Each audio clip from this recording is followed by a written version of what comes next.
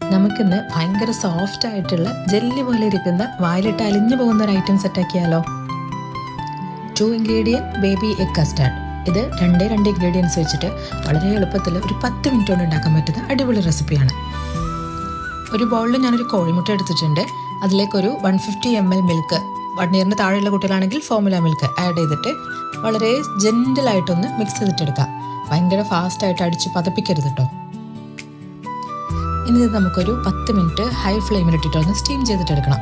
Cover ചെയ്യാൻ മറക്കല്ലേ. അപ്പോൾ ഇത്രയുള്ള പരിപാടി. 10 മിനിറ്റ് കൊണ്ട് തന്നെ നമ്മുടെ ഐറ്റം ഇവിടെ സെറ്റ് ആയിട്ടുണ്ട്. ഇത് ജെല്ലി പോലെ ഇരിക്കുന്നതുകൊണ്ട് തന്നെ സ്പൂണിൽ ഇങ്ങനെ കോരിയെടുക്കാൻ ഭയങ്കര രസമായിരുന്നു കേട്ടോ. ഇത് എത്രമാത്രം സോഫ്റ്റ് ആണെന്ന് ഒരു ടെക്സ്ചർ കാണുമ്പോൾ തന്നെ നിങ്ങൾക്ക് മനസ്സിലാവുന്നുണ്ടാവും.